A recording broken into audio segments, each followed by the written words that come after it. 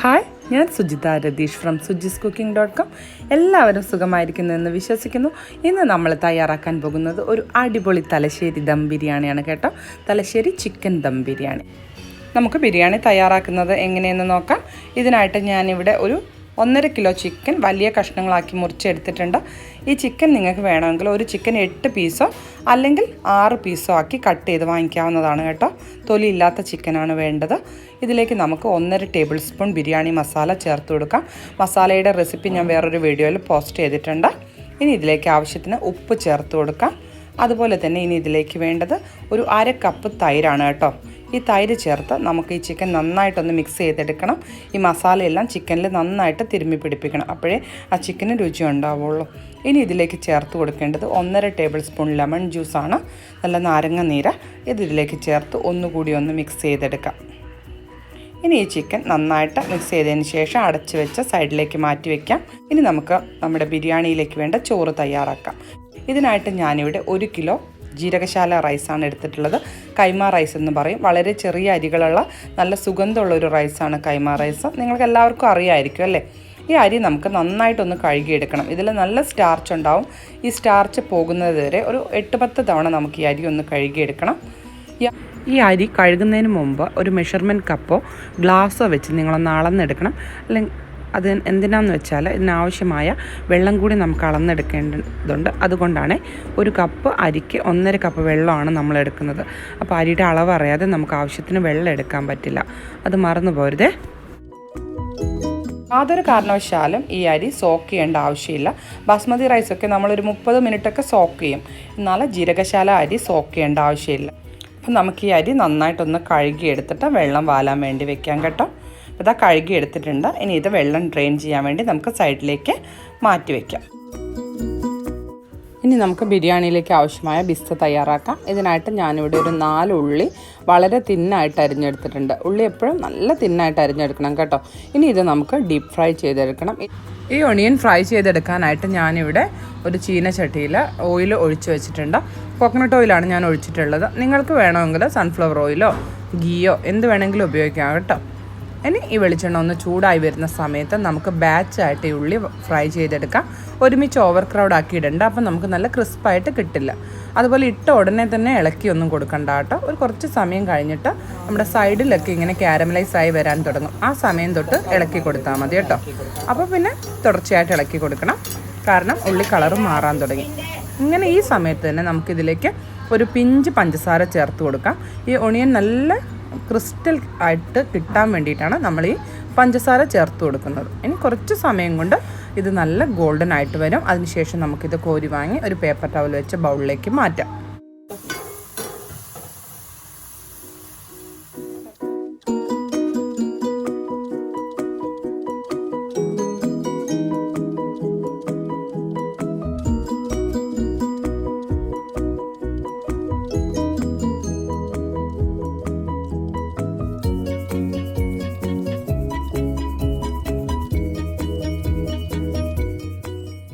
ഇനി നമുക്ക് അടുത്ത ബാച്ച് ഉള്ളി ഇതുപോലെ തന്നെ ഫ്രൈ ചെയ്തെടുക്കാം. അപ്പോൾ ഇതാ നമ്മുടെ 2 ബാച്ച് ഉള്ളി ഞാൻ നല്ല ക്രിസ്റ്റലായിട്ട് നല്ല ഗോൾഡൻ ബ്രൗൺ ആയിട്ട് വറുത്തെടുത്തിട്ടുണ്ട് കേട്ടോ. ഇതിനി കുറച്ച് നമുക്ക് അലങ്കരിക്കാനായിട്ട് മാറ്റി വയ്ക്കണം. ബാക്കി നമ്മൾ നന്നായിട്ട് പൊടിച്ച് നമ്മുടെ ചിക്കൻ മസാലയിൽ ചേർക്കും. ഇനി നമുക്കിതിലേക്ക് ആവശ്യമായിട്ടുള്ളത് ഒരു പിടി അണ്ടിപ്പരിപ്പും ഒരു പിടി ഉണക്കമുന്തിരിയാണ്. ഈ അണ്ടിപ്പരിപ്പ് 2ആയിട്ട് സ്പ്ലിറ്റ് ചെയ്തിട്ട് നമുക്ക് ഈ എണ്ണയിൽ തന്നെ ഒന്ന് വറുത്തെടുക്കാം. നല്ല ഗോൾഡൻ ആവുന്നത് വരെ വറുത്തെടുക്കണം കേട്ടോ. നല്ല ചൂടുള്ള എണ്ണയാണ്, അതുകൊണ്ട് പെട്ടെന്ന് തന്നെ വറുത്തെടുക്കാം. ഈ കാഷ്നട്ട് വറുത്തെടുത്തതിന് ശേഷം നമുക്കിതിലേക്ക് ഉണക്കമുന്തിരി ചേർത്ത് കൊടുക്കാം. ഉണക്കമുന്തിരി ചേർത്ത് കൊടുക്കുമ്പോൾ തീ നന്നായിട്ട് കുറച്ചിടുക. വളരെ പെട്ടെന്ന് ഉണക്കമുന്തിരി ബോൾ പോലെയായിട്ട് കരിഞ്ഞു പോകും. അപ്പോൾ അത് പ്രത്യേകം ശ്രദ്ധിക്കണം കേട്ടോ. അപ്പം ഉണക്കമുന്തിരി നന്നായിട്ട് പൊങ്ങി വന്നിട്ടുണ്ട്. ഇത് ഇമ്മീഡിയറ്റ് ആയിട്ട് നമുക്ക് കോരിയെടുക്കാം, അതർവൈസ് ഇത് കരിഞ്ഞു പോകും.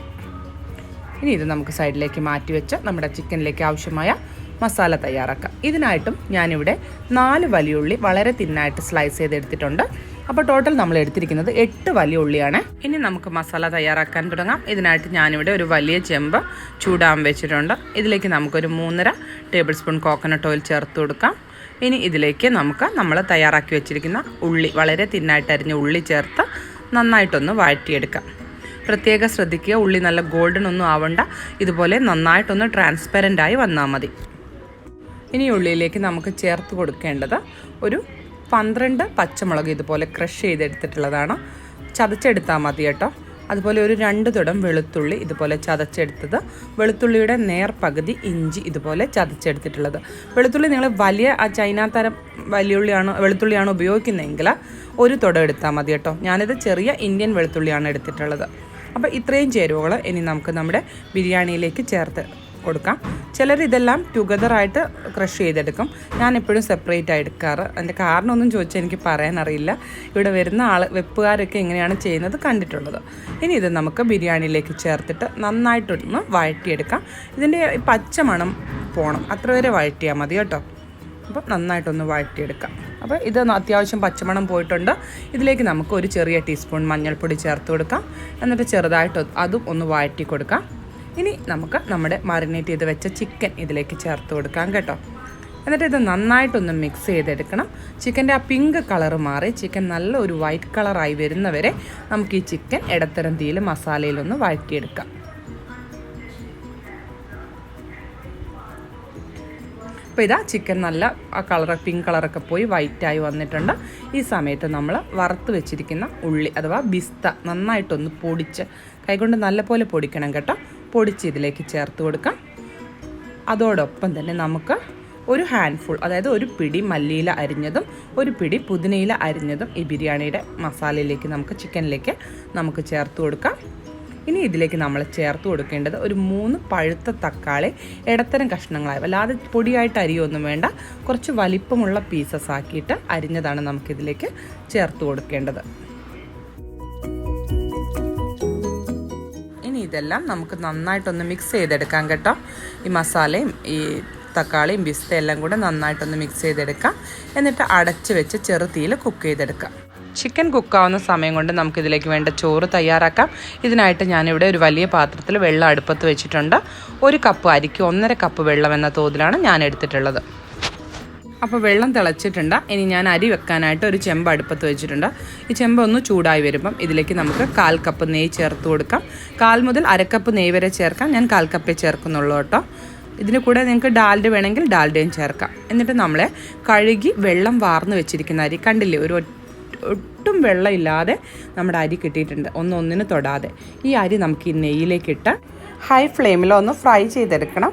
തുടർച്ചയായിട്ട് ഇളക്കി കൊടുക്കണം. ഒരു 3 മിനിറ്റ് ഫ്രൈ ചെയ്താൽ മതി. അപ്പോൾ നിങ്ങൾക്ക് ചെറുതായിട്ട് ഈ റൈസ് പൊട്ടുന്ന ഒരു സൗണ്ട് കേൾക്കും. ആ സൗണ്ട് കേൾക്കുമ്പോൾ തന്നെ നമുക്ക് നേരത്തെ തിളപ്പിച്ച് വെച്ചിരിക്കുന്ന വെള്ളം ഇതിലേക്ക് ഒഴിച്ചു കൊടുക്കാം കേട്ടോ. അരി അത്യാവശ്യം ഒന്ന് ഫ്രൈ ആയി തുടങ്ങിയിട്ടുണ്ട്. നമുക്കിതിലേക്ക് തിളപ്പിച്ച് വെച്ചിരിക്കുന്ന വെള്ളം ഒഴിച്ചു കൊടുക്കാമേ. വെള്ളം ഒഴിച്ചു കൊടുത്ത് ഒന്ന് ഇളക്കി കൊടുക്കാം. എന്നിട്ട് ആവശ്യത്തിന് ഉപ്പ്, ഒരു 1.5 ടേബിൾ സ്പൂൺ ചെറുനാരങ്ങ നീര്, ഒരു ചെറിയ കഷ്ണം പട്ട, ഒരു 2 ജാതിപത്രി, ഒരു ചെറിയ തക്കോലം, ഒരു 4 ഏലക്ക, കുറച്ച് ഗ്രാമ്പു എന്നിവ ചേർത്ത് നമുക്കിത് അടച്ച് വെക്കാം. അതോടൊപ്പം തന്നെ ഒരു 2 ടേബിൾ സ്പൂൺ കോക്കനട്ട് ഓയിൽ കൂടി ചേർത്ത് കൊടുക്കാം. എന്നിട്ട് അടച്ച് വെച്ച് നന്നായിട്ട് കുക്ക് ചെയ്തെടുക്കാം. വെള്ളം വറ്റുന്നവരെ ഹൈ ഫ്ലെയിമിൽ തന്നെ അടച്ച് വെച്ച് വേവിക്കണം. ഇടയ്ക്ക് ഇളക്കി കൊടുക്കണ്ട കേട്ടോ. അപ്പോൾ ചോറ് കുക്കാവുന്ന സമയം കൊണ്ട് നമ്മുടെ ചിക്കൻ എന്തായി നോക്കാം. അപ്പോൾ ചിക്കൻ അത്യാവശ്യം നന്നായിട്ട് കുക്കായിട്ടുണ്ട്. അതിൽ കുറച്ച് ഗ്രേവി എക്സസ് ആയിട്ടുണ്ട്. അത് ഞാനൊരു ബൗളിൽ കോരി വെക്കുകയാണ് കേട്ടോ. ഇത് നമുക്ക് ദം ചെയ്യുന്ന സമയത്ത് ഉപയോഗിക്കാം. ഇപ്പോൾ ഒരു 7 മിനിറ്റ് ആയിട്ടുണ്ട്. ചോറ് എന്തായാലും നോക്കാം. ഇതാ വെള്ളം വറ്റി വന്നിട്ടുണ്ട് ചോറിൽ. ഇതൊന്ന് ഇളക്കി കൊടുത്ത് നമുക്ക് വശങ്ങളിലൂടെ ഒന്ന് തട്ടിപ്പൊത്തി വെക്കാം ഇതുപോലെ. ഇത് കറക്റ്റ് കുക്കായിട്ടില്ല, ഇനിയും കുറച്ചുകൂടി ഒരു ഈർപ്പം ഈ അരിയിലുണ്ട്. ഇത് പൂർണ്ണമായി വറ്റുന്നവരെ, നല്ല വേവാകുന്നവരെ കുക്ക് ചെയ്തെടുക്കണം കേട്ടോ. നിങ്ങൾ ദമ്മിൽ നമ്മൾ കനലൊന്നും ഇടാത്തതുകൊണ്ട് 90% കുക്കാവാൻ നിൽക്കണ്ട. അരി ശരിക്കും തന്നെ അങ്ങ് പാകമായിക്കോട്ടെ. എന്നിട്ട് നമുക്ക് ദം ചെയ്യാം. അരി വെന്ത് പോവുമൊന്നുമില്ല കേട്ടോ. അപ്പോൾ കണ്ടില്ലേ, കുറച്ചൊരു ജലാംശം ഇരിപ്പുണ്ട്. ഇനി നമുക്കിതൊന്ന് തട്ടിപ്പൊത്തിയിട്ട് ഒരു 2-3 മിനിറ്റ് കൂടി ചെറിയ ഫ്ലെയിമിൽ ഒന്ന് കുക്ക് ചെയ്തെടുക്കാം. ഈ ചോറ് റെഡിയാവാറായി. ഇനി നമുക്ക് അലങ്കരിക്കാൻ ആവശ്യമായ സാധനങ്ങൾ എന്തൊക്കെയാണെന്ന് നോക്കാം. നമുക്ക് ഈ ചോറിൽ ദം ചെയ്യുമ്പം ഗാർണിഷ് ചെയ്യാനായിട്ട് കാഷ്യൂനട്ടും ഉണക്കമുന്തിരിയും വറുത്തത് വേണം. അതുപോലെ നമ്മൾ വറുത്ത് വെച്ചിരിക്കുന്ന ഉള്ളിയില്ലേ, നേരത്തെ കുറച്ച് മാറ്റി വെക്കാൻ പറഞ്ഞിരുന്നല്ലോ, ആ ഉള്ളി നമുക്ക് ആവശ്യമുണ്ട്. അതുകൂടാതെ നമ്മൾ എക്സ്ട്രാ ആയിട്ട് എടുത്ത് വെച്ചിരിക്കുന്ന ഗ്രേവി, പിന്നെ ഒരല്പം പൈനാപ്പിൾ ഇതുപോലെ അരിഞ്ഞത്, ഓപ്ഷണലാണ്, നിങ്ങൾക്ക് വേണമെങ്കിൽ മതി. പിന്നെ ഓരോ ലെയറിലും ഒരു പിഞ്ച് ബിരിയാണി മസാല, പിന്നെ ഒരല്പം മല്ലിയില പുതിനയില അരിഞ്ഞത്. ഇത്രയും സാധനങ്ങൾ മതി കേട്ടോ. അപ്പോൾ നമ്മുടെ ചോറ് ഇവിടെ പെർഫെക്റ്റ്ലി കുക്കായിട്ടുണ്ട്. ഞാനിവിടെ ലിഡ് റിമൂവ് ചെയ്യുകയാണ്. ഇതാ വെള്ളമൊക്കെ ഇപ്പോൾ പൂർണ്ണമായിട്ടും വറ്റി ചോറ് നല്ല പെർഫെക്റ്റായിട്ട് കുക്കായിട്ടുണ്ട്. ഇത് നമുക്ക് പെട്ടെന്ന് തന്നെ ചിക്കൻ ദം ചെയ്തെടുക്കാം. ചൂടോട് കൂടി തന്നെ ദം ചെയ്യുന്നതാണ് നല്ലത് കേട്ടോ. അപ്പോൾ നമ്മുടെ ചിക്കൻ്റെ മേലെ ഫസ്റ്റ് നമുക്ക് ഒരു ലെയർ ചോറ് ഇട്ട് കൊടുക്കാം. അതിനുശേഷം നമുക്ക് കുറച്ച് പൈനാപ്പിൾ പീസസ്, ഞാൻ പറഞ്ഞല്ലോ ഓപ്ഷനിലാണെന്ന്, അത് കുറച്ച് മല്ലിയിലയും പുതിനയിലയും, അതുപോലെ ഒരു നുള്ള് ബിരിയാണി മസാല, കൂടുതലാവരുത് കേട്ടോ, ഒരൊറ്റ നുള്ള്, പിന്നെ കുറച്ച് ഗ്രേവി, അതുപോലെ വറുത്ത് വെച്ചിരിക്കുന്ന അണ്ടിപ്പരിപ്പ് മുന്തിരി എന്നിവ ചേർത്ത് കൊടുക്കാം. ഇത് നമുക്ക് പൂർണ്ണമായിട്ടും റൈസ് തീരുന്നത് വരെ ഇതുപോലെ ചെയ്തെടുക്കാം.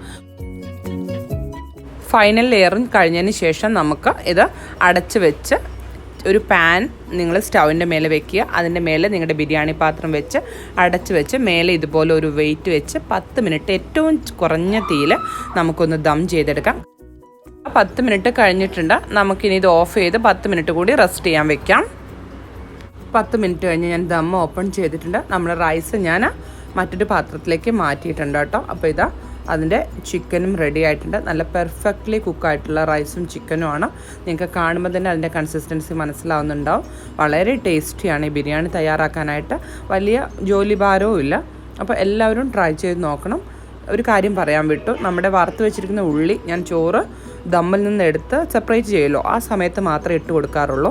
അല്ലെങ്കിൽ അലങ്കരിക്കുമ്പോൾ ചോറ് നമ്മൾ സെർവ് ചെയ്യുമ്പോൾ അതിൻ്റെ മേലെ. കാരണം എന്താണെന്ന് വെച്ചാൽ ദമ്മിൽ ഉള്ളി ചേർത്ത് കഴിഞ്ഞാൽ നമ്മുടെ ചോറ് ചിലപ്പം കറുത്ത് പോകാനുള്ള ഒരു സാധ്യതയുണ്ട്. അതുകൊണ്ടാണ് കേട്ടോ. ഈ കാരമലൈസ്ഡ് ഓണിയൻ ആവിയിൽ കുക്കാകുമ്പോൾ ആ കളറെല്ലാം റൈസിലേക്ക് അങ്ങ് പിടിക്കും. പിന്നെ എപ്പോഴും ബിരിയാണി തയ്യാറാക്കുമ്പോൾ കുറച്ച് തിളച്ച വെള്ളം ഒരു ഫ്ലാസ്കിലോ ഒരു പാത്രത്തിലോ എപ്പോഴും നിങ്ങളുടെ അടുത്ത് കരുതുക. കാരണം അരി വെന്ത് വരുന്ന സമയത്ത് നിങ്ങൾക്കത് വെന്തിട്ടില്ല, ഒരു പച്ച കടിയുണ്ട്, അല്ലെങ്കിൽ ഉള്ളു കറക്റ്റ് കുക്കായിട്ടില്ല എന്ന് തോന്നുകയാണെങ്കിൽ അപ്പോൾ 1 കപ്പ് വെള്ളമോ, ആ വേവിനനുസരിച്ച് 1 കപ്പ് വെള്ളമോ അല്ലെങ്കിൽ 2 കപ്പ് വെള്ളമോ എക്സ്ട്രാ ബിരിയാണി ചെമ്പിൻ്റെ സൈഡിലൂടെ ഒഴിച്ചു കൊടുത്താൽ മതി കേട്ടോ. കാരണം എന്താണെന്ന് വെച്ചാൽ ആദ്യമേ അരിയിലേക്ക് നമ്മൾ ഒരുപാട് വെള്ളം ചേർത്താൽ ചിലപ്പോൾ വെള്ളം എക്സസ് ആയിപ്പോൾ. ഒരു നോർമൽ കണക്കാണ് ഈ 1 കപ്പിന് അരിക്ക് 1.5 കപ്പ് വെള്ളം എന്നുള്ളത്. മിക്കവാറും 3 റോസ് ആണെങ്കിലും നോർമൽ കൈമ റൈസൊക്കെ ആണെങ്കിൽ ഇത് സഫീഷ്യൻ്റ് ആവാറുണ്ട്. പക്ഷേ ചില സുഹൃത്തുക്കളൊക്കെ പറഞ്ഞു കേട്ടിട്ടുണ്ട് 1 കപ്പിന് 1.5 കപ്പ് ശരിയാകാറില്ല എന്ന്. അപ്പോൾ അങ്ങനെ വരികയാണെങ്കിൽ മാത്രം നിങ്ങൾ കുറച്ച് വെള്ളം എക്സ്ട്രാ കരുതുക. നല്ല തിളച്ച വെള്ളമായിരിക്കണം. അത് പാത്രത്തിൻ്റെ നടുക്കൊന്നും ഒഴിക്കേണ്ട, സൈഡിലൂടെ പതുക്കെ അരിയിലേക്ക് ഒഴിച്ചു കൊടുക്കുക. എന്നിട്ട് അടച്ച് വെച്ച് സ്ലോ ആയിട്ട് നമ്മൾ പറഞ്ഞ പോലെ തന്നെ ഒന്ന് കുക്ക് ചെയ്തെടുക്കുക. അരി പെർഫെക്റ്റായിട്ട് പാകമായിക്കോളും. അപ്പോൾ വീഡിയോ എല്ലാവർക്കും ഇഷ്ടപ്പെട്ടു എന്ന് കരുതുന്നു. നിങ്ങൾക്ക് ഇഷ്ടപ്പെടുകയാണെങ്കിൽ ഇല്ലെങ്കിലും ദയവായിട്ട് നിങ്ങളുടെ അഭിപ്രായങ്ങൾ അറിയിക്കുക. അതുപോലെ തന്നെ വീഡിയോ ഇഷ്ടപ്പെടുകയാണെങ്കിൽ ഷെയർ ചെയ്യാനും ലൈക്ക് ചെയ്യാനും സബ്സ്ക്രൈബ് ചെയ്യാനും മറക്കരുത്. വീണ്ടും അടുത്ത ഒരു നല്ല വീഡിയോ ആയിട്ട് കാണുന്നവരേക്കും ബൈ ബൈ.